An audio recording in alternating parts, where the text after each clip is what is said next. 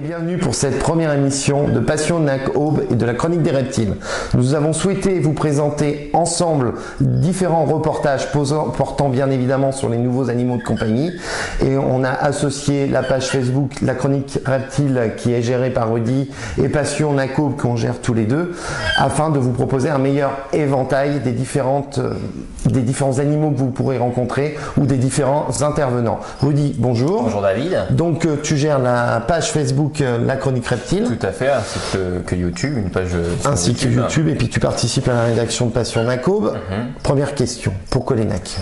Pourquoi? C'était pas une passion depuis plusieurs années, c'est venu progressivement. C'est des animaux qui sont fascinants. Je pense que même les gens qui ont très peur des reptiles, même des serpents, je pense que quand on tombe sur une émission, on a tendance à rester un peu sur la chaîne parce que voilà, c'est des animaux fascinants. Et je me suis rendu compte que quand on apprend à connaître ces espèces, on se rend compte que c'est pas forcément des animaux qui sont dangereux ou qui sont désagréables à maintenir, bien au contraire. Donc voilà, cette fascination a fait que j'en suis venu à une passion et que voilà, maintenant j'ai plusieurs espèces. Alors justement, tu as plusieurs espèces. Tu as quoi dans ta salle d'élevage? Parce que tu as déjà proposé sur ta page Facebook La Chronique Reptile une présentation de ta salle d'élevage. Qu'est-ce que tu as dans ta maison, dans ta salle d'élevage? Alors, je vais avoir des serpents principalement. C'est les espèces que j'ai en majorité. Et tu aimes bien les serpents asiatiques, il me semble. Ouais, ça a un caractère un peu plus speed. En revanche, c'est une espèce qui m'attire. J'aime bien ce qu'on voit pas trop dans la terrariophilie. Je vais avoir notamment de l'amphibien, donc des grenouilles. La Net de White que tu as présenté déjà. L'Editoria où j'ai fait une vidéo. Je vais avoir beaucoup de lézards, donc une espèce qu'on va voir aujourd'hui. Alors justement, qu'est-ce que tu souhaites nous présenter aujourd'hui? Donc c'est le Chlamydosaurus kingi. Chlamydosaurus kingi, voilà. Appelé plus communément le lézard à collerette. On se retrouve tout de suite pour une présentation du terrarium. Nous avons indiqué, nous allons vous présenter le terrarium que Rudy a réalisé pour accueillir ces lézards à collerette. Il se trouve juste derrière nous. Rudy, dis-nous un petit peu pourquoi, où, quoi, qu'est-ce, etc. Déjà, il me semble qu'il y a deux sortes de lézards à collerette. Ouais, il y a deux sortes de lézards à collerette. Il y a les lézards à collerette qu'on va trouver en Nouvelle-Guinée, donc qui va être dans tout ce qui va être forêt tropicale, et il va y avoir une espèce en Australie qui va être plus sur un biotope un petit peu plus sec en fait. D'accord, donc l'Australien c'est un biotope désertique. Voilà, ce couple-là, semi-désertique, on va dire. Ce couple-là, c'est un biotope tropical. Tropical, d'accord. Alors explique-nous le substrat pour commencer. Alors premièrement, donc la taille du terrarium, donc là c'est un terrarium provisoire parce que à savoir que quand on prend un Chlamydosaurus, il faut quand même pour un couple un terrarium de 2 mètres sur 2 mètres avec 1 mètre de profondeur, c'est ce qui est préconisé. Voilà, maintenant c'est vrai que comme tous les arbres ça bouge pas trop. Là ils sont dans un terrarium provisoire. Donc au niveau du substrat, j'utilise de la terre tout simplement qu'on peut trouver en animalerie. C'est des petites briques compactes où je vais mettre un premier fond avec des billes d'argile pour drainer, ce qui va me permettre de garder une bonne hygrométrie. Et tu sépares bien la terre de... Voilà, le mieux c'est de mettre... alors ce qui est bien c'est de mettre une petite moustiquaire, voilà, pour faire vraiment une coupure. Champ horticole aussi. Voilà, pour éviter vraiment que les espèces qui sont un peu fouisseuses remontent les billes d'argile. Donc voilà, ce substrat il me sert notamment à garder l'hygrométrie. On va dire j'ai 70% à peu près tout le temps. Tu pulvérises un peu parce que j'ai vu qu'il n'y avait pas de pulvérisateur. Ouais, je le fais manuellement, un petit coup le matin et un petit coup le soir pour augmenter un peu l'hygrométrie, mais sinon j'arrive juste avec la terre à obtenir 70% sans problème. D'accord, donc tu disais 2 mètres par 2 mètres parce que ce sont des animaux qui aiment bien escalader, c'est ça? Voilà, ça, comme on le voit sur la branche, ça vit 85% de son temps sur une branche. Ça dort comme ça descend vraiment que pour chasser. C'est vrai qu'il faut mettre le moins de choses possible au niveau du sol. Parce que c'est un peu des bulldozers, ils ont tendance un petit peu à tout écraser et ils viennent en bas que pour chasser. D'accord, parce que dans ce terrarium là, tu as que des plantes naturelles. Ouais. et ça permet de reproduire vraiment le biotope complet, de refaire un fonctionnement. Il y a des avis variés là-dessus. Moi, je sais que je suis plus naturel que synthétique. Que ça. Donc on a vu la taille du terrarium, le substrat, les plantes, nécessité d'avoir des branches pour qu'ils puissent escalader. Un bac d'eau. Important, à changer l'eau quotidiennement ou tous les 2 jours, à surveiller. Le clami fait ses besoins dans l'eau. 9 fois sur 10 ça va être dans l'eau. Donc voilà, pour éviter tout développement de bactéries ou que la bête tombe malade, important de bien surveiller le bac d'eau. D'accord. Dernier petit point, le chauffage. Chauffage, un petit point chaud entre 30 et 35. Petit point chaud entre 30 et 35. Tu as choisi quel type d'ampoule pour ce terrarium provisoire? Celle-ci c'est de la marque Sun Glow. C'est une 125 watts. D'accord, qui fait chauffage et UV. Et UV. Ouais. Les UV sont très importants pour les lézards, je ne vais pas vous apprendre ça. Donc on reviendra dans une prochaine émission sur la qualité des ampoules. Vous aurez quelques surprises. Ok, est-ce qu'ils sont facilement manipulables? Oui, alors après, on va sortir le mâle. Les clamis, c'est vrai que ça apprécie pas spécialement, en même temps comme tout reptile, les manipulations. En revanche, il apprécie d'être nourri à la main, il boit à la pipette aussi. Mais voilà, il n'est pas non plus friand des manipulations. C'est pas ce qu'il préfère. C'est le mâle? C'est un mâle, ouais. Il a 2 ans et demi. Donc il va encore un petit peu pousser. Hein. Après, c'est un bon mangeur. Oui, d'ailleurs, tu laisses en permanence à disposition pour tes lézards à collerette, grillons, etc. Voilà, aussi parce que j'ai récupéré une femelle qui ne s'alimentait pas toute seule. Donc pendant plusieurs mois, il a fallu l'habituer à manger. C'est pour ça qu'il y a aussi les grillons en constance. Reproduction, t'as déjà essayé? Non, pour la raison aussi de la femelle, qui est assez jeune et qui n'a pas elle est en bonne santé, mais elle n'est pas encore assez costaud pour les repos. On verra d'ailleurs les reproductions tout à l'heure. Rudy vous présentera un petit PowerPoint sur le Chlamydosaurus kingi et sur ses spécificités, sur la localisation exacte, quelque chose d'un peu plus scolaire. Ok. Voilà. Et bien c'est parfait, on va tout de suite passer sur le PowerPoint. Entre guillemets, nous allons vous présenter le Chlamydosaurus kingi. J'avoue que l'image qui est en face de moi avec l'écriture, c'est plus facile à retenir. Alors Rudy, on t'écoute sur ton lézard à collerette. Alors, premièrement, on va voir un petit peu le nom du Chlamydosaurus qui vient du grec chlamys qui signifie cap. Le nom de l'espèce kingi fait référence au petit monsieur qui est sur le timbre en haut à droite, qui était donc Philip Parker King, qui était un amiral de la marine et qui fut l'un des premiers explorateurs des côtes australiennes. Il est souvent représenté, on a pu constater, par les aborigènes, notamment dans certaines peintures traditionnelles. Alors, le Chlamydosaurus, en gros, c'est un lézard qui fait partie de la famille des agamidés, qui vit dans 2 régions bien distinctes, comme je vous le disais tout à l'heure. Un qui vit dans la savane australienne. Donc, c'est pas le cas de ceux qu'on a vus, et l'autre qui vit dans la forêt tropicale de Nouvelle-Guinée. Voilà. D'accord. Ce qui est le cas, d'où l'importance de gérer l'hygrométrie sur l'espèce que tu maintiens actuellement, alors que, bien évidemment, la savane australienne, je suppose que le substrat va être un petit peu différent. Donc c'est un lézard qui atteint une taille d'environ 90 cm pour les mâles et 60 pour les femelles. On a pu voir certains spécimens aller jusqu'à 1,60 m, mais ça reste des cas vraiment très rares. Et on va compter un poids d'environ 500 grammes. Alors, au niveau du biotope de la Nouvelle-Guinée, donc on voit que la Nouvelle-Guinée se situe juste au-dessus de l'Australie. On va avoir une température en point chaud d'environ 35 degrés avec un point froid de 28. Le jour. Voilà, le jour. Et la nuit donc. Voilà, la nuit on va être entre 26 à 22 degrés.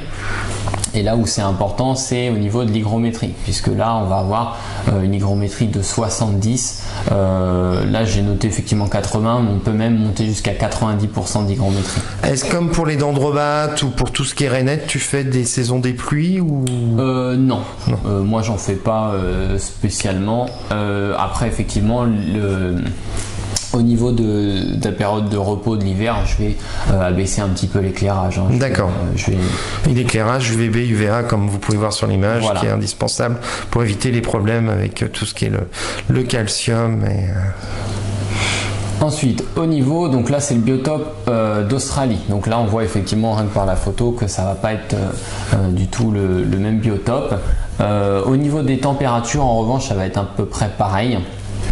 Ce qui va changer, c'est l'hygrométrie, où là on peut avoir une hygrométrie beaucoup plus sèche, entre 30 et 70%.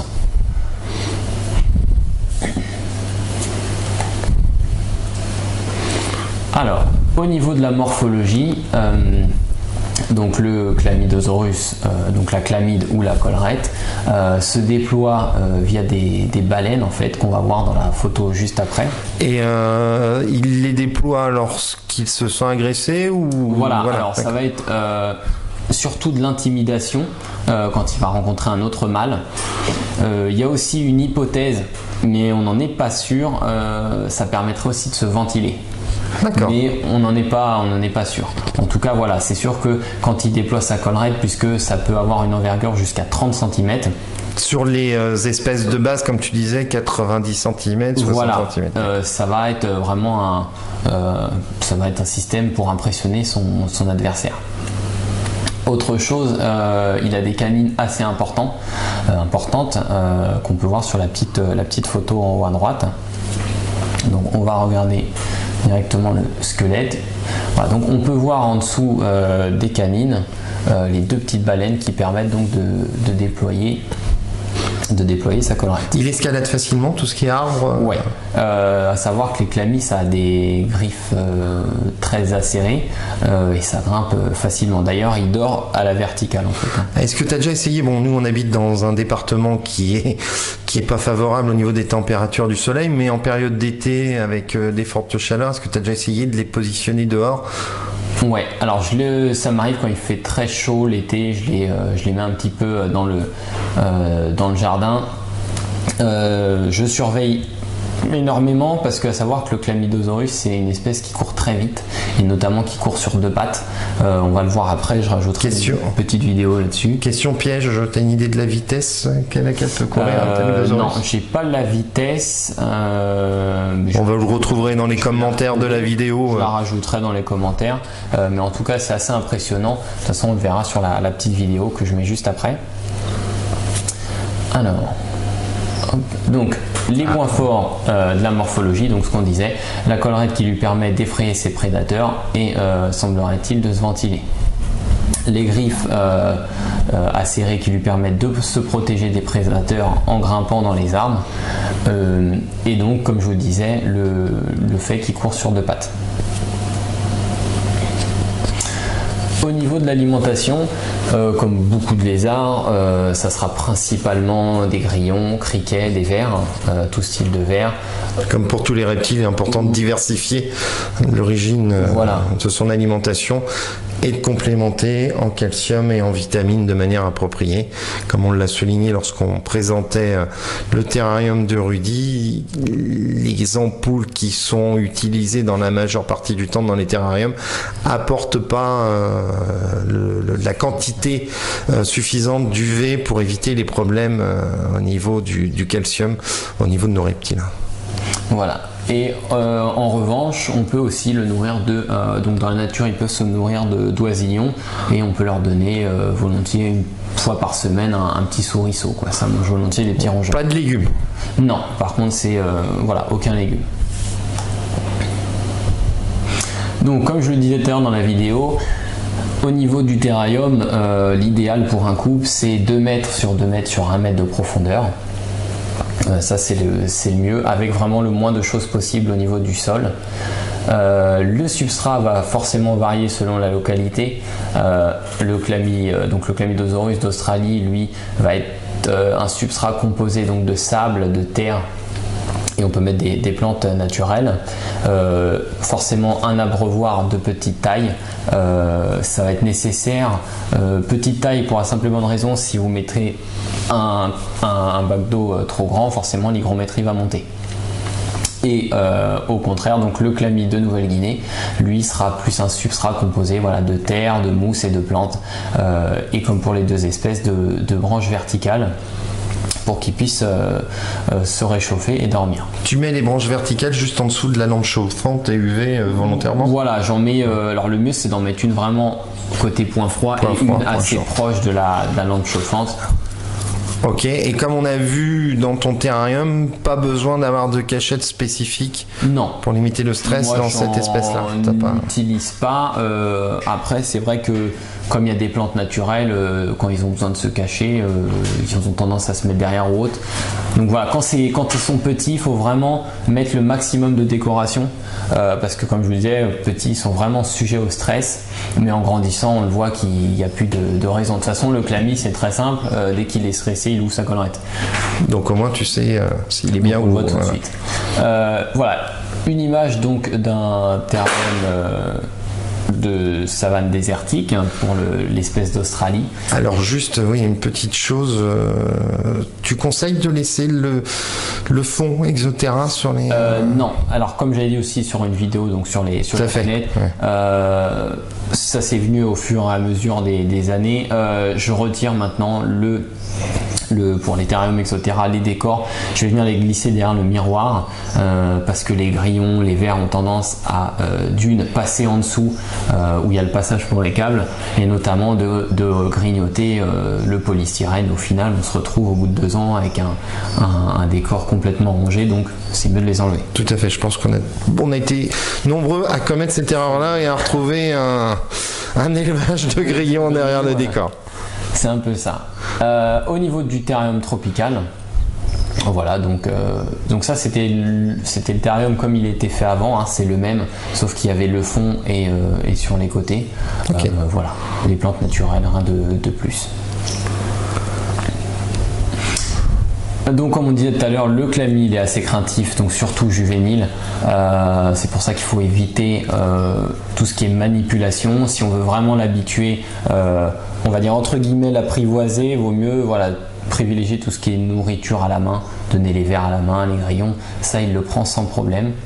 Et notamment la cohabitation est conseillée, parce que ce sont des animaux très sociables, donc vous pouvez mettre un mâle avec plusieurs femelles. Au niveau de la reproduction, un bref point, parce que j'ai pas eu encore l'expérience personnelle de la reproduction. Donc apparemment c'est quand même assez facile à reproduire. Faut forcément que les espèces soient âgées minimum de 2 ans et qu'ils aient une bonne condition au niveau santé. Surtout au niveau calcium, je suppose que faut quand même les femelles gestantes tapent entre guillemets dans leur réserve de calcium. Ouais. C'est un peu comme pour les gécoléopards, je suppose.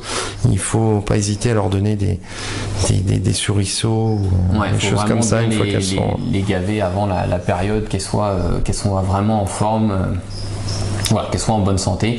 Ce qui est important aussi, ça va être donc de faire une petite période de repos d'environ 6 semaines où on va légèrement baisser l'hygrométrie.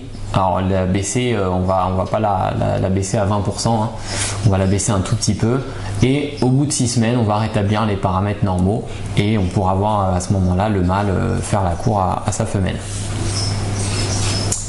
Au niveau de l'incubation, à la fin donc de la période des accouplements, une boîte garnie de vermiculite humide sera disposée à l'intérieur du terrarium. En hauteur ou au niveau du sol? Au niveau du sol. Et une fois les œufs pondus, ils seront placés dans un incubateur dans une température entre 28 et 30. Et voilà, une hygrométrie proche de 100%. Ça c'est un peu comme toutes les espèces, et ça sera sur une période d'environ 3 mois. Il n'y a pas d'impact sur la température comme pour certaines espèces, mâles, femelles? Non, du tout. Après, ce qui va changer, c'est forcément, ça mettra un petit peu plus de temps. Après, ça, c'est une autre politique d'incubation. Moi, je sais que je mets toujours sur d'autres espèces une température un peu plus basse. Je vais mettre quelques jours de plus, mais j'ai pu constater que les petits sont un peu plus robustes à la naissance. D'accord. Et voilà, et donc à 1 mois d'intervalle, la femelle pourra pondre 3 fois environ une dizaine d'œufs. Voilà, donc au niveau du Chlamydosaurus, c'est tout ce qu'on peut dire donc, sur la fiche de maintien.